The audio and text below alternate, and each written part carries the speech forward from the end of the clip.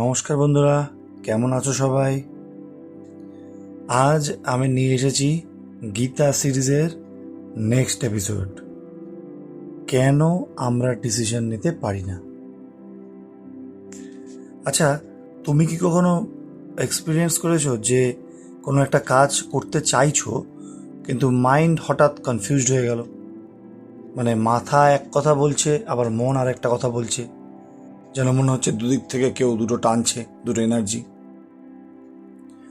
তো এই সিচুয়েশনটাই হলো অনেকটা ওই অর্জুনের মতো।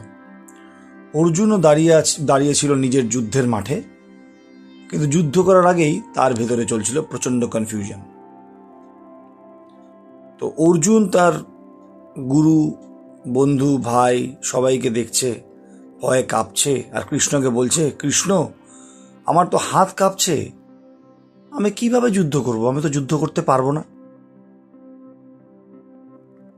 এটা কেন হলো জানো?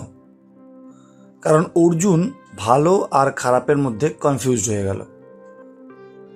সে আসলে জানে যে তাকে ডিউটি করতে হবে, কিন্তু মন সেটা চায় না। এই যে সিচুয়েশনটা, এটা খুব কমন।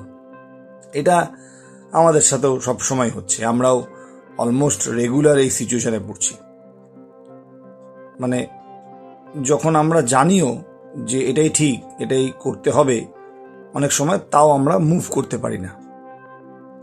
তো অর্জুনের ক্ষেত্রেও কৃষ্ণ তখন চুপ ছিলেন, কারণ উনি জানতেন যে যতক্ষণ মানুষ নিজের ভয় আর কনফিউশন ক্লিয়ারলি বুঝবে না, ততক্ষণ কোনো অ্যান্সার কাজ করবে না।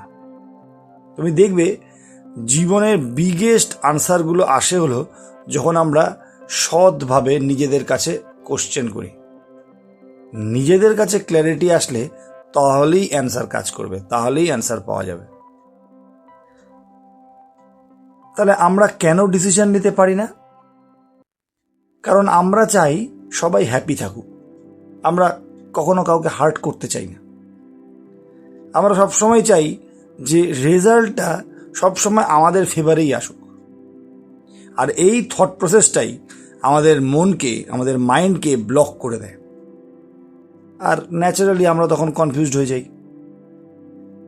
কৃষ্ণ ঠিক এইটাই বলেছিল অর্জুনকে, যে তুমি তোমার কাজ করো, তুমি তোমার ডিউটি করো, ফলের আশা করো না, রেজাল্টের চিন্তা ছেড়ে দাও। যখন তুমি আউটকাম নিয়ে চিন্তা বন্ধ করবে, তখনই মাইন্ড পরিষ্কার স্বচ্ছ হয়ে যাবে। ভয়টা কিন্তু আসলে নেগেটিভ কিছু না। ভয় মানে হচ্ছে যে তুমি সেন্সিটিভ, মানে তুমি কেয়ার করছো। কিন্তু ভয় যখন তোমাকে থামিয়ে দেয়, ডিউটি করতে দেয় না, কাজ করতে দেয় না, তখন ওটাই তোমার সবচেয়ে বড় শিক্ষক হয়ে দাঁড়ায়। কৃষ্ণ তাই বলেছিলেন, এই ভয় তোমার জন্য নয়, তুমি তো যোদ্ধা, তুমি তো ওয়ারিয়ার। অর্জুনকে বলেছিল, মানে তুমি তো স্ট্রং, তুমি তো ক্যাপাবেল, তুমি born to act, born to move forward, তুমি কেন ভয় পাচ্ছ? এই ভয় তোমার জন্য নয়। তো এটাই হলো সলিউশন। কৃষ্ণ বলেছিলেন যে তুমি নিজেকে অবজারভার হিসেবে দেখো, তোমার মনকে তুমি একটু দূর থেকে দেখো, ভয়টা কোথা থেকে আসছে সেটা বোঝার চেষ্টা করো। যখন তুমি নিজের ইমোশন আর ভয়ের মধ্যে একটা ডিস্টেন্স তৈরি করবে, তখনই ক্ল্যারিটি আসবে, তার আগে নয়। তাই ডিসিশন নেওয়া মানে কিন্তু মানে বিশাল ভয়হীন হয়ে গেলাম, নিডর হয়ে গেলাম, তা নয়। ডিসিশন নেওয়া মানে হচ্ছে ভয়ের ওপরে দাঁড়িয়ে কোনো পদক্ষেপ গ্রহণ করা, ভয়ের ওপরে দাঁড়িয়ে কোনো স্টেপ নেওয়া। অর্জুনও শেষে বুঝেছিল যে ভয় থাকলেও অ্যাকশন থামানো যায় না। আমরাও তাই বুঝছি যে কনফিউশন থাকলেও কিন্তু এগিয়ে যেতে হবে। তো এই যে চ্যাপ্টার, ভগবদ গীতার এই চ্যাপ্টারে কৃষ্ণ আমাদের শেখায় যে প্রশ্ন করো, নিজেকে নিজে কোশ্চেন করো, ডাউট রাখো, কিন্তু প্লিজ ভয় পেও না। সত্যের মুখোমুখি হওয়ার জন্য ভয় পেতে নেই।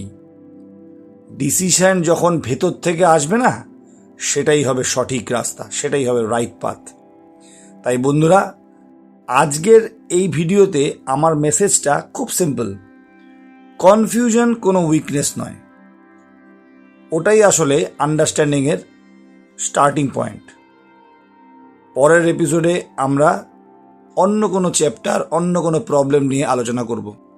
ভালো থাকবে, খুশি থাকবে। ওম শান্তি।